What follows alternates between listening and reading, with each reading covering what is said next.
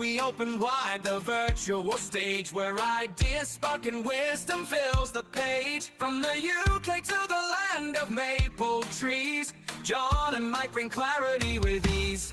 We're building meetings, webinars with might, helping you shine, your message taking flight. Whether you're new or you've done this before, Lord Zoom Live will help you do much more. We're building meetings, webinars with might, helping you shine, your message taking flight. Whether you're new or you've done this before, Lord Zoom Live will help you do much more. Thank you for joining us, we're glad you're here. Together we grow, it's loud and clear. On Zoom we connect, we learn, we grow. Welcome my friend, enjoy the show.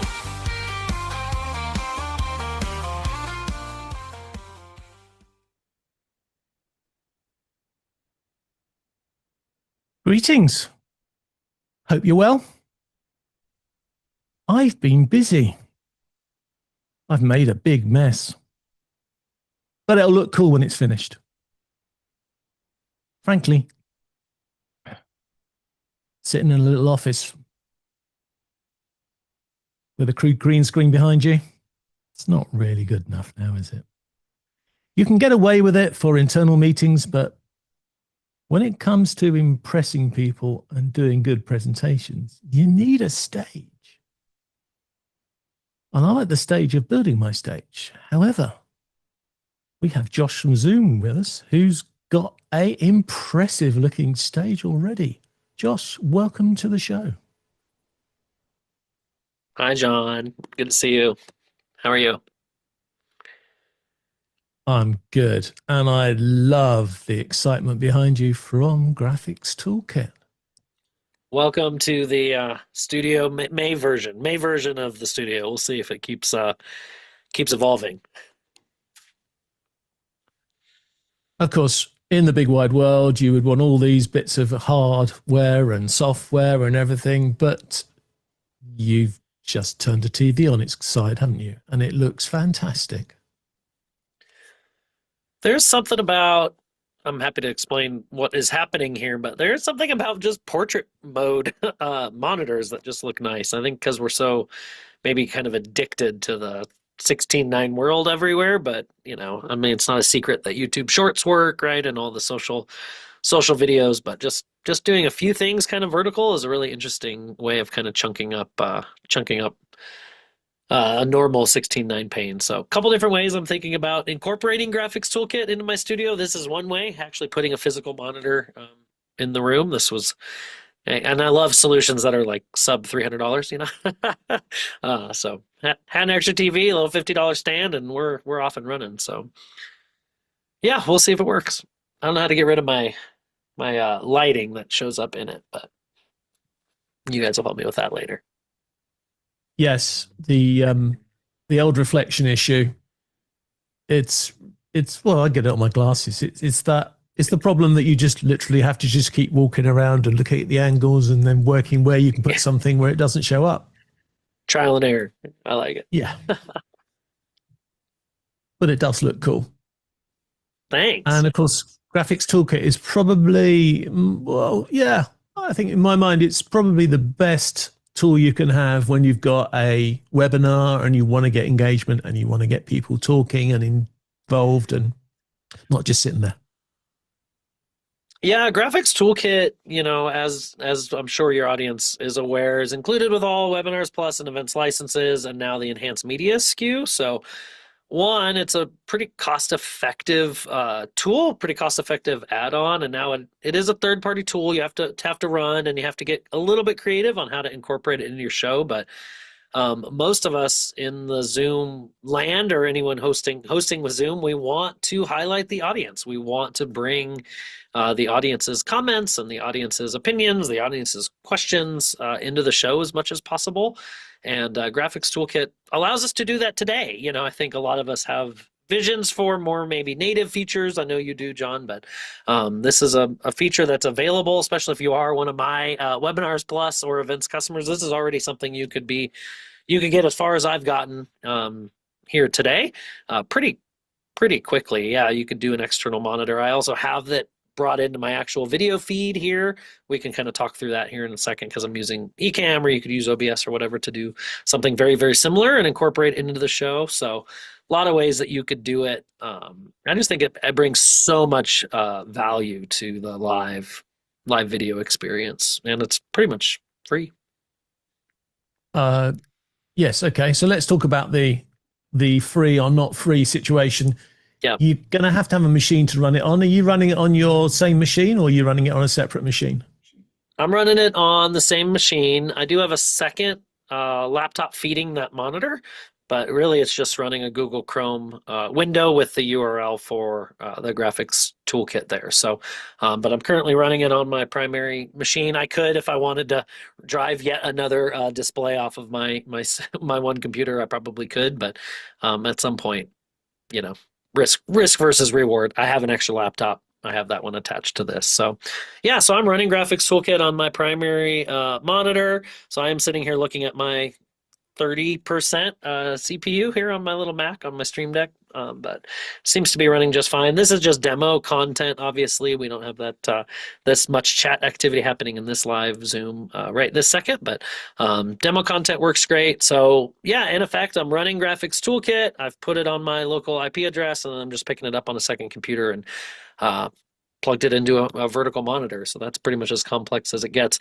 I do think it's really nice to bring it in here as well. So I have it here on my video feed as well. So took that same vertical feed, put it on here sort of as a side third. I don't know. I know we talk about lower thirds a lot, but sort of a side third is kind of an interesting way of being able to do that.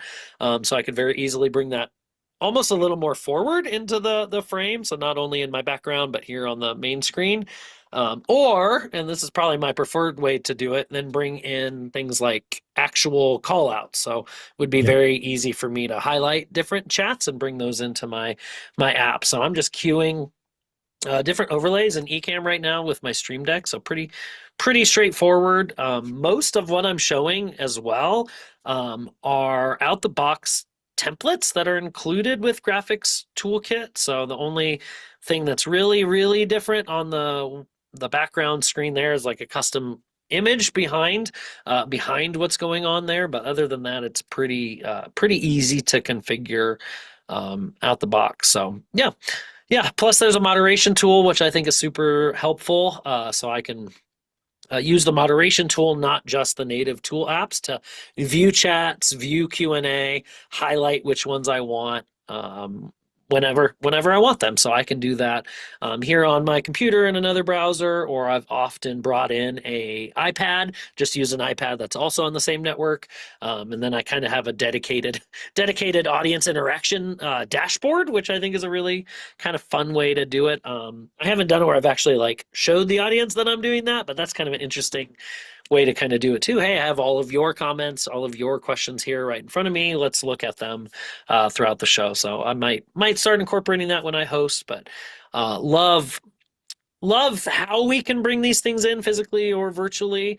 But I really like when people get to design shows based on interaction, based on the audience's response and the audience's comments, and let the audience drive the show as much as possible. Obviously, we always have an agenda and the things we want to communicate, but yeah, I was talking to a different audience a couple of weeks ago about what I call the 7 minute rule, which is if you're not talking to your audience and getting feedback every 7 to 12 minutes or so, you're probably missing quite a bit of value and quite a bit of opportunity there. So yeah, I would love to hear what you guys think are best practices there. So let me get rid of this fake call out.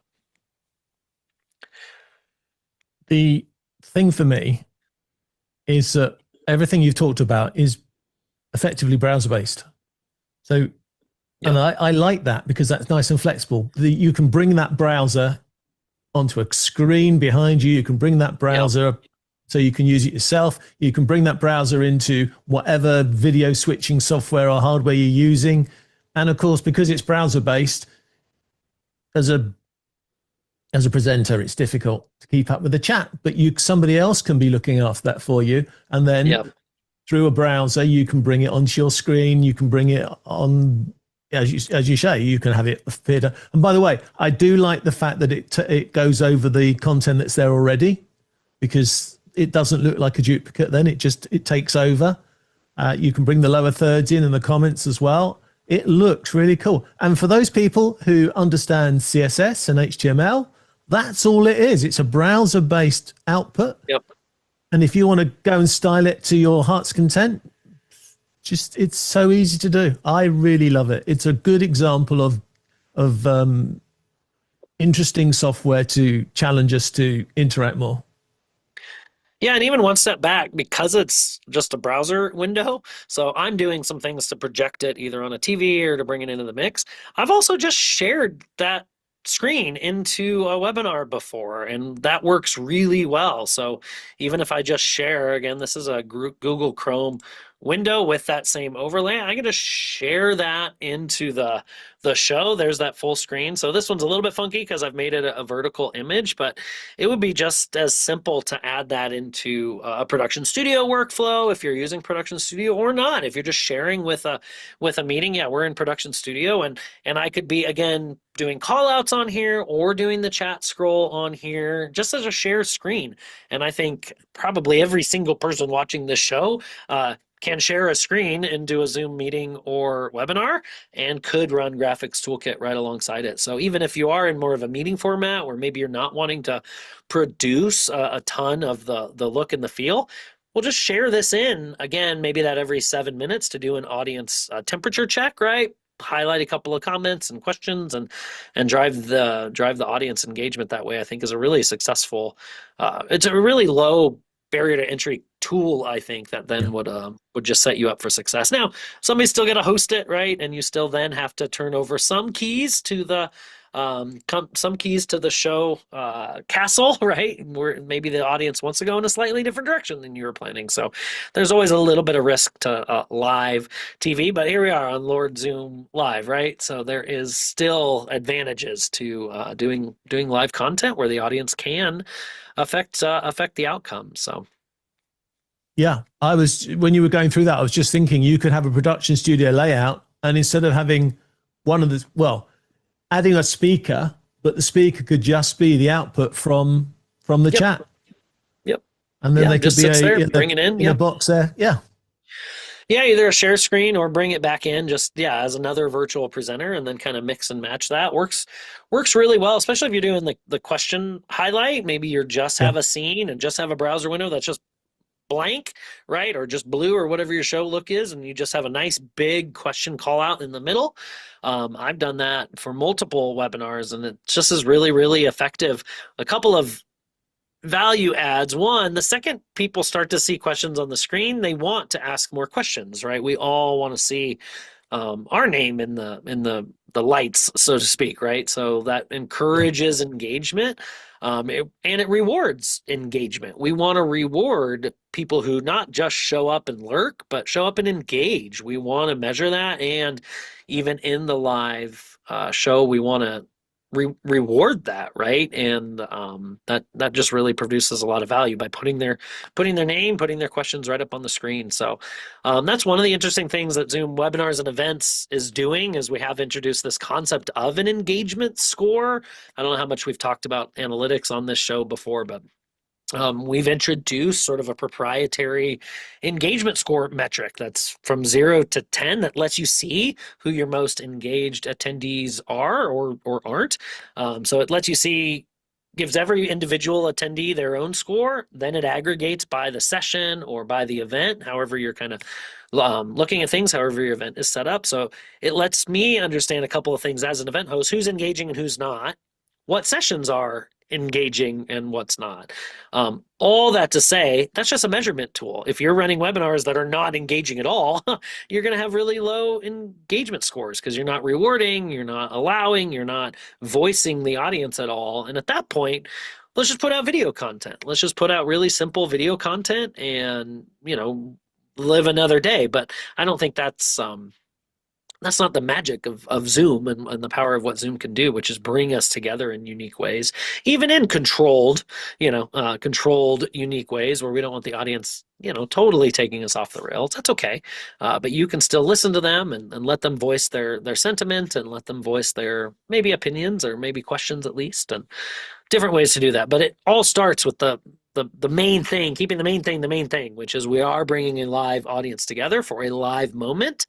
And I think this is probably where a whole bunch of us in the webinar world should take a step forward, is really design shows for more engagement. Let's get a little creative in how to display that or generate that, but let's create it, let's design for it, and then let's reward it when we have it. And then with Zoom webinars events, you can measure it later. So that's a super helpful thing. So, And the range of interactions is pretty impressive now, isn't it? We've got chat, we've got polls, we've got reactions, and that's before we take any of the third-party apps that may come along, which can boost interaction with other ways as well. So I think they're all counted, aren't they? All those different interactions are counted when you do the score, so you can see what people are doing.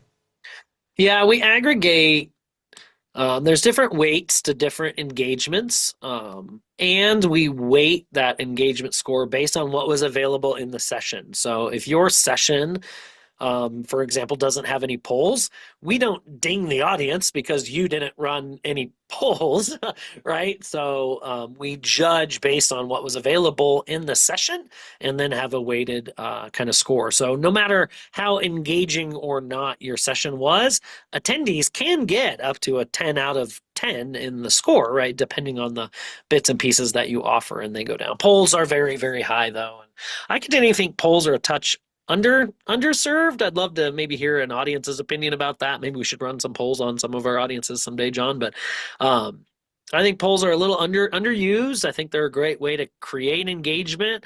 I think where people miss them is they kind of just do one maybe at the beginning and then never do another one, or they do one that has no connection or consequence to the actual live session itself.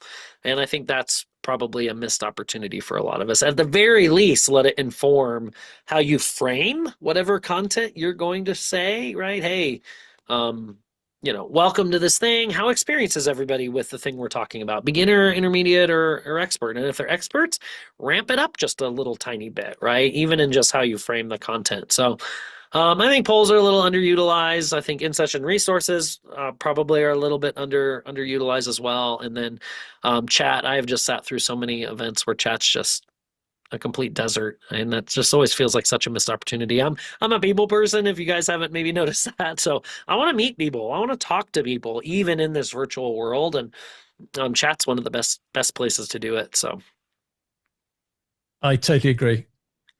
You should have at least 2 polls. You should have a poll at the beginning, as you say, asking a contextual question about what people's attitude is or their experience, so you can frame your presentation. Because it's no good doing a presentation if you're going to do the wrong presentation for the wrong audience.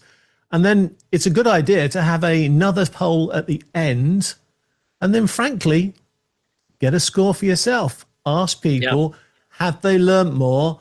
Do they feel they understand the product more or the issue more or less? Or are they more confused? Ask a confirmation question at the end. That's a great way of scoring them. We haven't scored the presenters. We need to score the presenters for do they leave their camera on, how much they talk. Of course, there is that other... love that idea. There's that other thing. Well, there is the speaker analysis in Zoom, isn't there, where it analyzes the speaker and tells you how much each speaker was talking compared to the other speakers in the meeting. That's already in there. Yeah, I get really good scores on those for my Zoom meetings. I get really high bars for how much I talk. But yeah, that's a really funny idea. Like heading into Q&A, like let's just do a real quick, like what speaker, like do a speaker like scoreboard or something. I think that's really, really funny. Introducing a little bit of even like competition of, oh, everybody really resonated with you, Joe. Great job. And hey, Laura, you need to pick it up next time. I think that's really funny.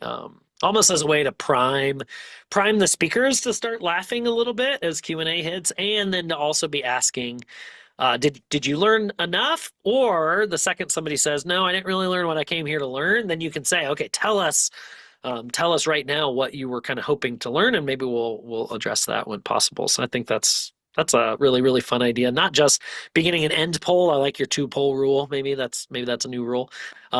7 minutes and 2 polls. I think that maybe we're dividing our own framework here, but not just at the very end, but somewhere in that like T-10 or T-12 minutes, right as you go into that Q&A and that wrap up portion of the event. I think that's a really, really interesting idea. One thing that is coming soon will be, we are enhancing the webinar chat experience. So we're bringing the meeting chat architecture to webinar as well. So that'll include things like threads in webinar chat, emojis, reactions to other people's chat. So I actually think chat here coming up in the next month or so, whenever the next couple of releases are, will really start to become more robust in webinar. And I hope that webinar hosts really stop and pay attention to that.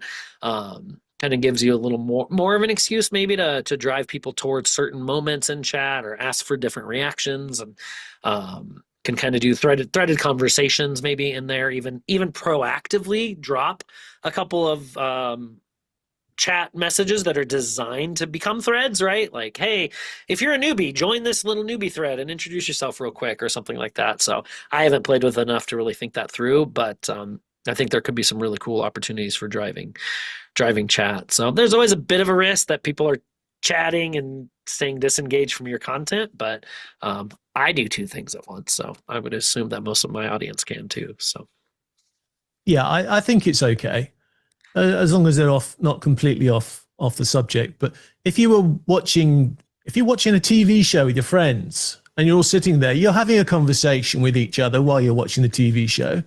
yeah. So if you're having a webinar and there is chats, but I do like the idea of bringing in the threaded, because as you say, the problem I've always had with webinar as it is at the moment is that you can make a comment about something and then somebody will reply to you, but they've lost the connection in the two because they're buried further down in the chat. So threaded chat will make a big difference to that context of conversations.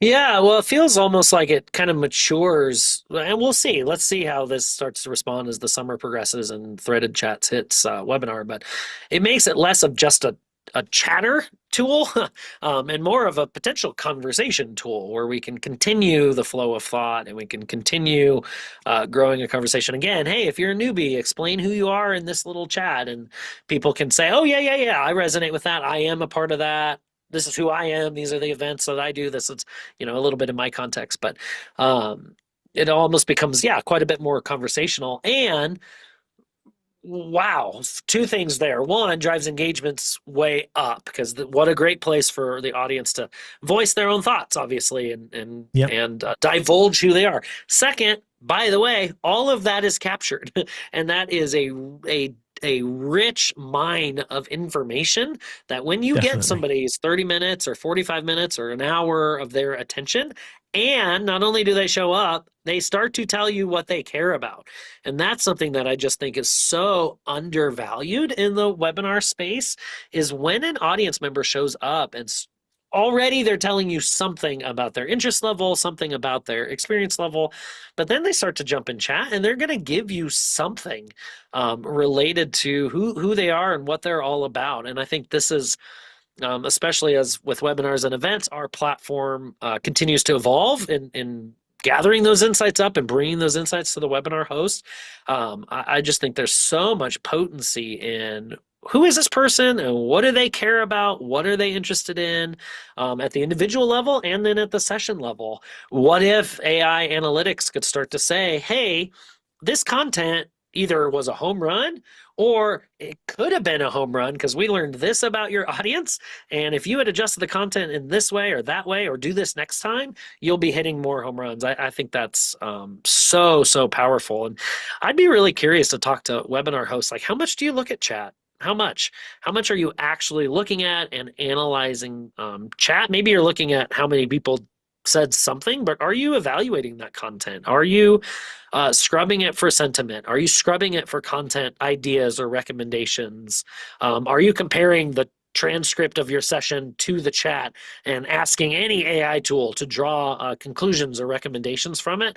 I think that kind of stuff is just so important for any of us as content producers, especially in the live webinar context. We're more than live, we're more than content producers. We're live experience producers. And so the more we know about our audience, the more we can learn about our audience, just makes us so much more potent in our communication. So that's stuff I'm interested in, at least. Okay, so I've got a couple of things for you then. Sure. Firstly, I've actually got Zoom to sell for me, because if you've got people in the room and they're excited, I've had the cheek to run a poll, and the poll basically says, do you like this product? Would you like to buy this product? And guess what? People actually say, yeah, I want to buy it. They'll tick the box, and you don't even have to.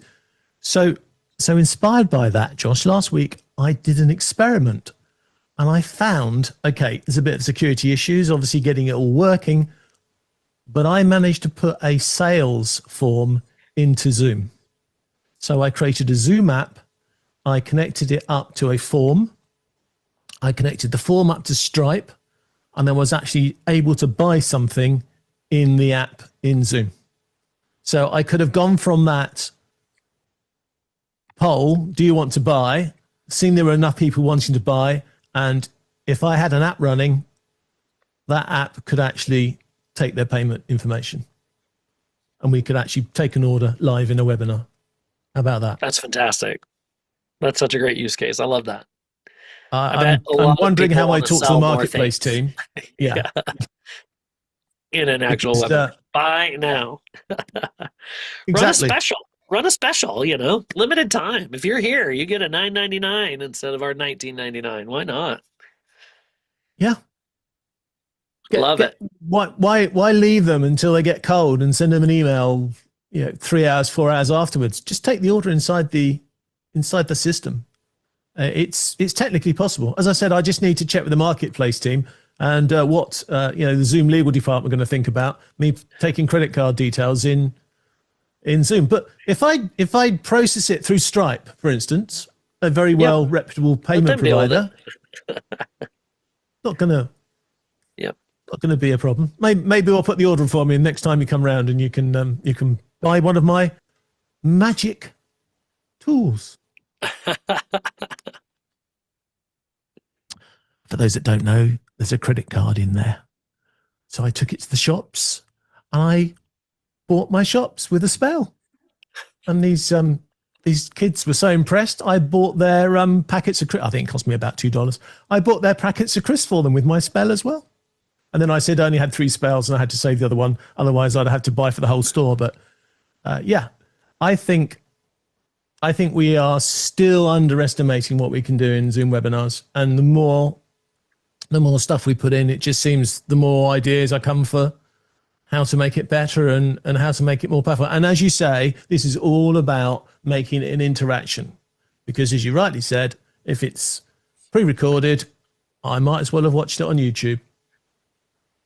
There's nothing wrong with pre-recorded content, right? There's nothing wrong with YouTube content. I've made a living out of producing training content. So there's nothing wrong with that. And I would hate to disparage that. You can do a lot. Zoom has a lot of tools to help you make better on-demand training content or whatever type of content you want.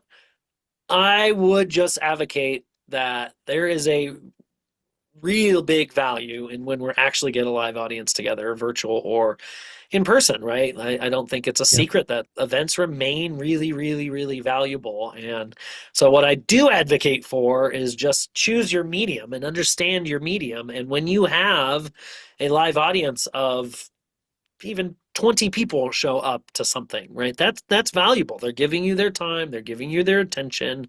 Do everything possible to, at the very least, understand who they are and do your best to talk to them.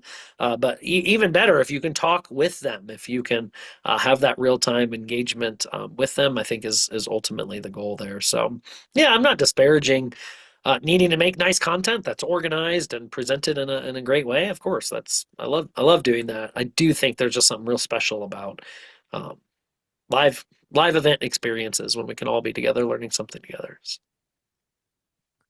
Okay. So after your fantastic event, we've got recordings, we've got transcripts, we've got chat transcripts. Most of the corporates that I ever bump into are just sucking as much data as possible out of the reports and then putting it to the CRMs for what they're going to do next for marketing, following up, etc. There's a real gold mine of information that Zoom produces at the end of a webinar for us. Yeah, it's incredibly robust, and it's been a big area of emphasis for us this year. Um, for sure, things like the charts, and I was already talking about the engagement score, but where we're really heading, which is probably the part that makes me the most excited, is with actual AI delivered insights. And so we're starting to do some things. There's some key things I could show it if we want to, but there's a couple of cool things that we're doing. One is we're starting to do a key moments chart for every session that you run. And what this key moments chart is doing is it's taking all of that engagement data, it's mapping it across a timeline view of your webinar. So you start to understand, the peaks and the valleys of audience engagement throughout your webinar. And we have the transcript. So we know who's talking and about what. And so we're bringing those sort of two ideas together and using AI to deliver. Here are the key engaged moments of your event, and not just what moments drove that, but here's what was going on in the content. So it's now a little bit easier than ever for a webinar host to go, oh, we thought this was going to be, the best moment of our show, but actually it turns out that these two moments were real big highlights, or this speaker really resonated versus maybe this one didn't. So that's just one example of where AI is starting to kind of help us inform and help webinar hosts learn a little bit more. But we're also doing things like starting to surface key topics, both for the session. So, hey, here was the session, and here's some key features. AI came up a lot, and webinar hosting best practices came up a lot, and marketing event tech came up a lot in this session, and we're surfacing that because we're finding that in the transcript, we're finding that in questions and chat comments, and we're surfacing that data at the session level and at the attendee level. So everyone's attendee profile is also starting to say, hey, Josh shows up a lot to these things and he cares about these things. Here's all the places where he's asked about this, that, or the other thing. So now AI is really starting to help webinar hosts understand individuals, maybe where they are in the buying cycle, but really starting to help understand what do they care about, and what content should I maybe ramp up or ramp down or do another piece on. So I think that's the kind of insight that as I'm kind of along on this Zoom webinars and events journey, I think that's some of the stuff that's the most exciting for me right now is, wow, if we could get past Zoom webinar just being able to help us facilitate that, it's doing that better than everybody else. But if we could get to a place where the platform is helping us design better content that's more potent, that reaches more people, I think that's where a lot of value gets really unlocked. And that's where webinar hosts are struggling, right? We can say anything out there. That's kind of the trouble. What do we say, and to who, and when? I think that's a little more of the questions that those are the questions I struggle with, right? What's the type of content that's best going to work? What does my audience need?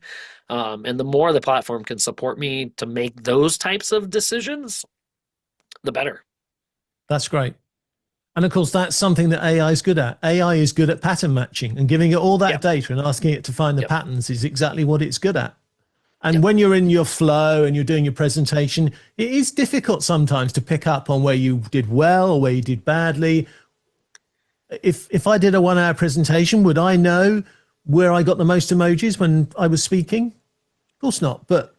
And the AI can quickly analyze that for me and tell me, as you say, which parts of the speech really hit home, which got the biggest reactions. And then you can just rejig it for next time. I love that. Yeah, I think there's a lot of opportunity there. I think, coaching is a really interesting one. Like you're saying, we have a revenue accelerator tool already that does, sales voice. Hi, Mike. Mike's joined us. He's here. Revenue Accelerator helps coach, your sales force or something like that. But these key moments features can really help an event program, an event team leader start to make those kinds of coaching choices. And now your most engaged moments may not be exactly the moments when everybody was hitting a bunch of reactions. Maybe it was more of a hands-on lab and everybody was busy, in their browser doing their thing or something. Like that could be true, that you may have to learn some of that yourself. But all in all, the more insights we can gather about who's there, what do they care about, what level are they at, are they asking more technical questions or less technical questions, that kind of stuff can help us make a really good decision the next time. So even live, even when the webinar's in flight, that's what polls are for. Correct yourself a Yep. little bit. Make sure you're hitting home. And if you're not, adjust on the fly if you possibly can. Don't waste your audience, right? So No. And I won't waste my guest turning up. So, Mike, have you got any comments to throw in? Or have you just appeared to show us that you're still working here well in the background, controlling everything? I've been busy. You guys have been having flip all over the place.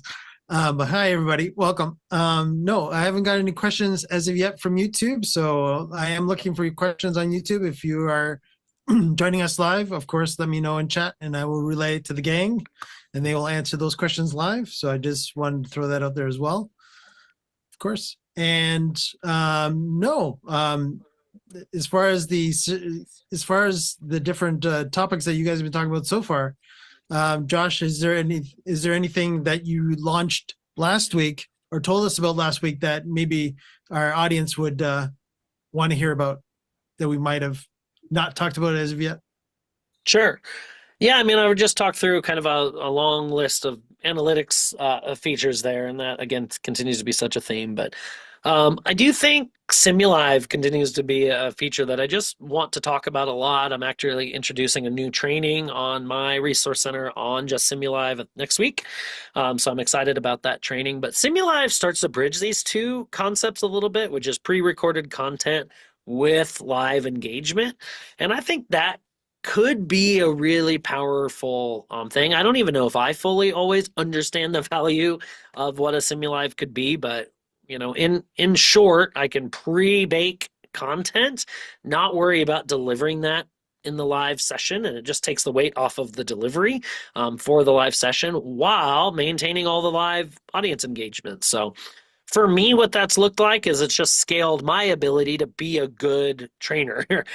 So I do nice content, once or periodically, however I do it, I play it. And then when I still go host the session, but then I can just focus on questions, chat, and engagement. And that makes me almost two people, right? So doing kind of multiple things at once.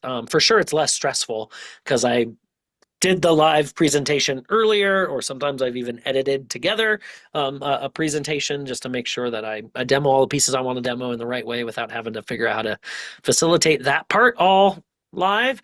And it just kind of makes my stress go down and lets me focus on the audience. But so Simulive, there's a ton of features that we've been releasing around there that really help make those experiences feel natural, make those experiences engaging. Yeah, so if the audience hasn't maybe experimented with Simulive, I'd encourage you to do that. I think there's a lot of interesting use cases that would work there. So, And for those that haven't played with Simulive, in simple terms, it allows you to start your webinar with pre-recorded content, but you can still be there. You can be backstage. You can still interact with the chat. You can interact with the polls. So if you're the sort of person who does a regular presentation rather than having to do it over and over and over again, or just having a complete recording, yeah, I agree. This is a great way to present something, train something, educate your audience, do the same presentation maybe every 2 weeks, every month, or even every week. You would get burnt out if you did that by hand. So you record that bit, but then, as you say, when you get to the Q&A bit, suddenly you're real, live, and you can interact with them straight away. Yep. Yeah, and Simulive is great, obviously, for regular presentations. I'm a trainer, so that's where I use it the most part, right? Giving the same trainings to different audiences. Also for your high stakes one-off events, that we all are very familiar with, right? Where you have really high value event scenarios where you want everything to be um, well polished and in place and less stress. You may have scheduling conflicts with certain speakers or something. Well, Simulive allows kind of all that to just be cleaned up and put straight forward. Yeah, the onus then is on the technology to deliver, but the technology Zoom delivers continually, so that's a good thing. But again, just makes an event team really, really scalable if the day of all they're focused on is the audience and who's showing up and how do we take care of them and how do we answer their questions as best we can, not scrambling to make sure that that speaker shows up and that speaker has what they need. We've already taken care of all that. So I think Simulive is a really good tool for both high stakes and then for those regular or repeating style events. I think there's so many great reasons to use it. So yeah. And did I see something's changed in the way you can do the timer of making it start early but still has the proper start time, so you can have a preamble or an introduction or some introductory music before? There's been a fiddle around about that, hasn't there? Yeah, there's a couple of cool tools, and Mike, I'll share here, but a couple of cool tools you can do now when scheduling a Simulive webinar. So I'm scheduling a webinar here in my browser. It's a Zoom webinar type. It's Simulive. I've attached a video file to it. So here's my pre-recorded piece of content, but I can now offset the start time of this entire session by minutes or even seconds if I want. So if I want to open the session a little bit early with some content or delay it for a couple of minutes, maybe I don't really like to always start on time. I want to give everybody a couple minutes of breather, something like that. I can do that really simply here, which I think is powerful. Second, and a lot of people don't know this, we can stack videos now. So here in Zoom, I have my primary video, but I could also add a countdown video to the front of it. So I've added that and I can drag it into place. And now I've triggered a starting 5-minute countdown followed by my primary content. And I've opened the session 5 minutes early for that countdown. So everybody can now join the session, be nice and comfortable, grab their cup of coffee, right, and settle in for the content. Also gives me tons of places now to create that engagement. Hey, where are you from? What's going on? What are you interested in? Here is an opening poll. I could do all of that under a countdown video or something, which would be great.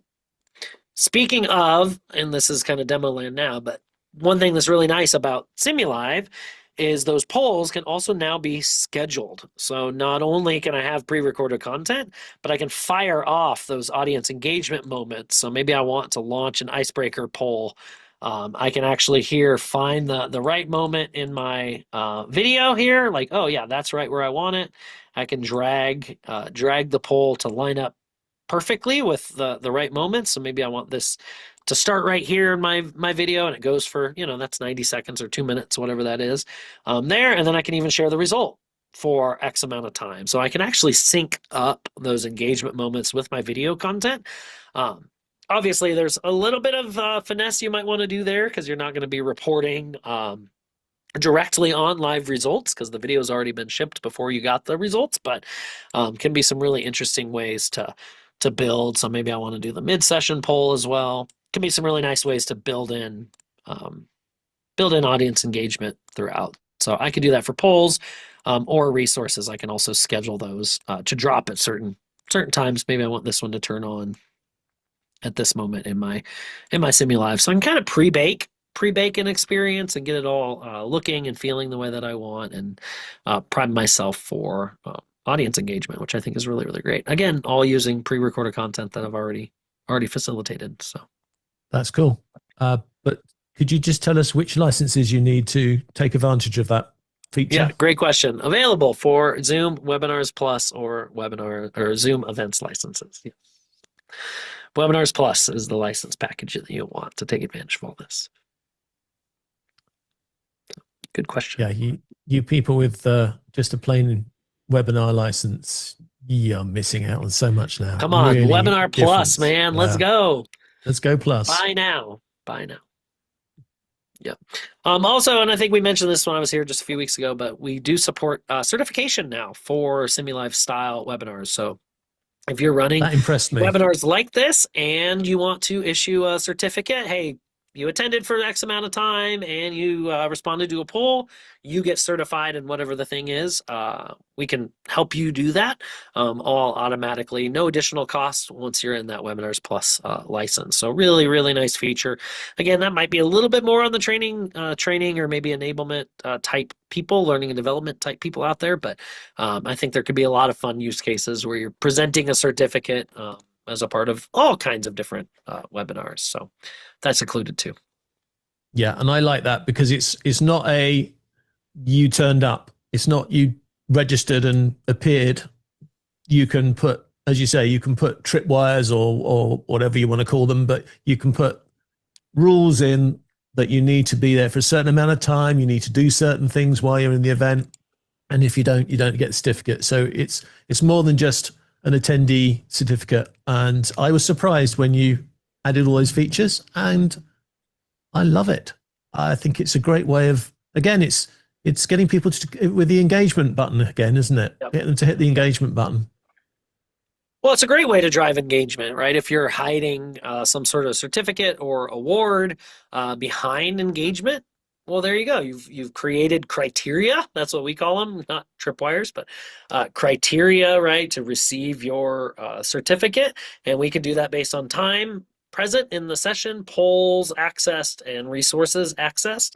And it really just creates that incentive to move people forward into engagement, to show up live. Yeah, so here's the various criteria you can set. So maybe I want people to show up for 20 minutes and respond to a poll and access a resource. Well, great, I can now design my content, even SimuLive content, all based around those criteria. And I can tell people that when they register. I can tell people that when they show up. Hey, if you do these things, you will get the certificate.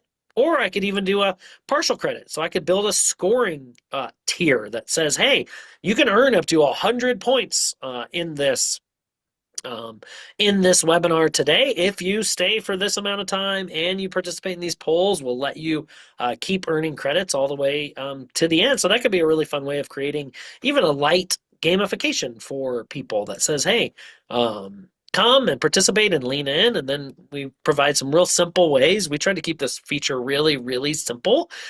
So there's not a ton of customization here, but you can customize our template or bring in your own PDF or image background and then put mappable fields on top of it and do some light adjustments. Maybe you want to add Times New Roman or different font colors or something like that to the certificate. You can do that, but we want it to be really, really simple and really, really easy to reward that engagement for your audience. And so I know a ton of people that are already getting value out of this. And once you're in that Webinars Plus license, there's no additional add-on for this, which is nice for people. So Just like to point out that it's attending the poll, using the poll. It's not the answer you give that allows you to get the certificate. You just have to take part.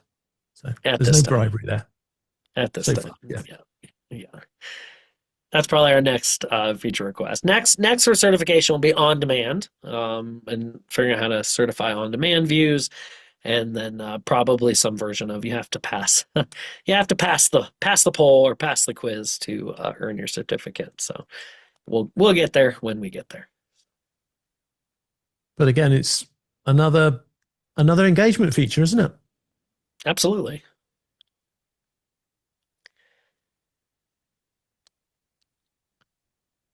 Well, I am pretty blown away by events now. And I find that as a creator like you, I can plan to do so much more, especially when I've got somebody like Mike who can take my production studio layouts and just pull the screens together. He's got no idea what we're going to talk about, and yet he's flipping around from one scene to another without really breaking a sweat. We've got all these interaction tools we're flying around with as well. We've got all these post-interaction tools. I can now plan even more content than I thought I could 6 months ago because yeah, when I got a presentation that I want to do regularly, I can now just spin it to Simulive. I can. Oh, by the way, is the limit on recordings in Production Studio? Has that been increased yet? Are we limited to the number of videos we can run in the 50 slides, or anything changed on that? Just Nothing's thoughts? changed there. So 5 pieces of video can run. Okay. 5 individual videos. So And we'll get the there. I would think we'll expand that at some point. yeah, Currently. it's a storage issue rather than a lot of things, isn't it? But yeah, Yeah, and there's Production Studio. We're sliding into Production Studio conversation, but we're continuing to try to balance ease, and we're trying to prioritize ease over. There's so much we want to add to the tool, but we find there to be quite a bit of value in being the easiest of the streaming production tools out there. I don't know if people think it's necessarily easy, but if you want complex, there's already so much in the industry, including my favorite still is Ecamm with the Zoom plugin allows you to just do so much. So we're not necessarily trying to compete with that. That tool already exists. It's a great tool. It's tried and true by a lot of customers, but we want an easy to use baked in tool. So the more content that you shove in it, the complexity goes up. So I do think we'll have more features for Production Studio here in the near future, and something like adding more video content. I don't necessarily know if that overcomplicates things, but just the way we kind of are evaluating Production Studio enhancements, we want to keep it as dead simple as we can. To some extent, there's only so far you can go with that, but yeah, that's the way we think about it, at least. that's fine. That's fine. I only think about the longer events where only having 4 videos available to you is perhaps a little limiting.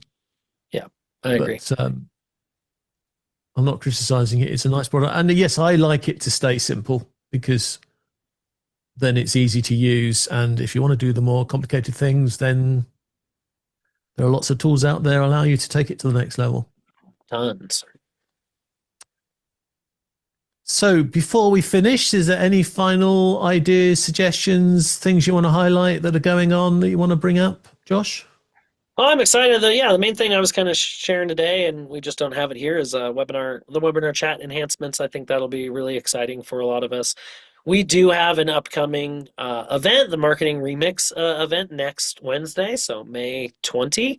Would love to invite you guys out there. I'll be hosting, so would love to see you guys there and participate there. We're hoping that the webinar chat makes it out so we can make that a part of the show by then. So that's at least our intention there. So that'll be good, but some really nice speakers are lined up for that as well about how this webinars and events platform is really supporting specifically that marketing buyer in the industry, and we're trying to meet their needs as best we can this year. So those are our updates. My office hours is back. You guys have already been there, so that'll be also next week as well. So another office hours episode there as that show continues to do what it does, which is contribute to the Zoom events customer base. So yeah, thank you guys for having me. Love coming on Lord Zoom Live. What a great show. And we love having you here, Josh. So thank you very much. Josh will be back every month. As long as we keep him excited, he will keep turning up and we can see how his studio, and maybe you'll get another TV. You never know. Get one each side. Thank you. Should just put an LED wall in. Just forget it. Just do whatever I want back there. Maybe next time. Need the budget. Yeah. How many TVs do you need to get across? Yeah, I've been thinking about that as well, actually. Yeah, that'd be fun. Do a full matrix of TVs. That'd be cool.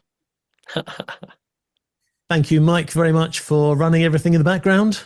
I will see you guys at the next Lord Zoom Live. Plenty of other stuff going on in the hub and on the YouTube. And it leaves me to hand over to Mike, who's much better as a DJ to closing this whole event than I am. Over to you, Mike. Thank you, sir. All right. Don't forget, everyone, to check us out each week here on Lord Zoom Live for this show, as well as on Friday's show coming up this week, Production Pros Power Hour, PPPH, to check out our latest and greatest news when it comes to the production world. So don't forget to like and subscribe to our channel to let YouTube know, and of course that lets Zoomies know, and we all of a sudden have Josh here because everybody knows that the more love that we get. Oh, look at everybody showing off the love. Look at them. All right. All simultaneous. Did you guys plan that together? That was good. All right. And we're here at 3 p.m. Eastern, 12 p.m. Pacific every Tuesday. And look out. We're still emojiing like crazy. All right. Take care, everyone. I'm going to wrap this up before they go emoji nuts on me. Take care, everyone. See you next week on the Lord Zoom Live. Bye.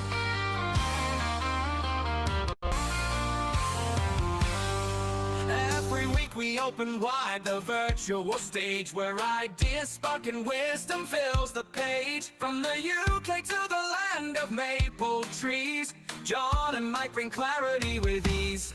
We're building meetings, webinars with might, helping you shine your message, taking flight. Whether you're new or you've done this before, Lord Zoom Live will help you do much more.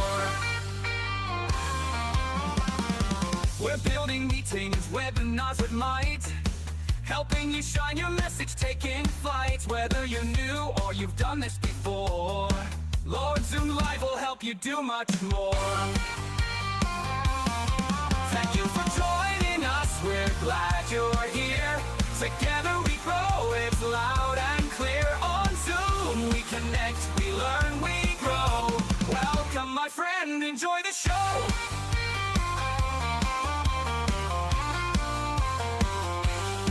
From big events to breakout rooms with flair, we've got the tools and we're ready to share. Guest experts drop in, bringing gold each time, with insights and tricks to help you climb. Can't make it live, we've got you still. On YouTube and LinkedIn, we're giving that thrill. So tune in later or catch us next round. Either way, your success is where we're bound. Thank you for joining us, we're glad you're here. Together we grow, it's loud and clear. On Zoom we connect, we learn, we glow. Welcome my friend, enjoy the show. And make it live, we've got you still. On YouTube and LinkedIn, we're giving that thrill. So tune in later or catch us next round. Either way, your success is where we're bound.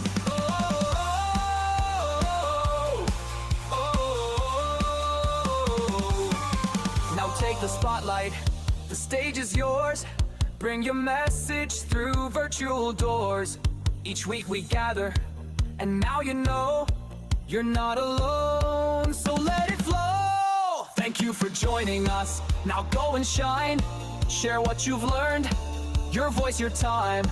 With Lord Zoom Live, your power will grow. It's time to build your own show.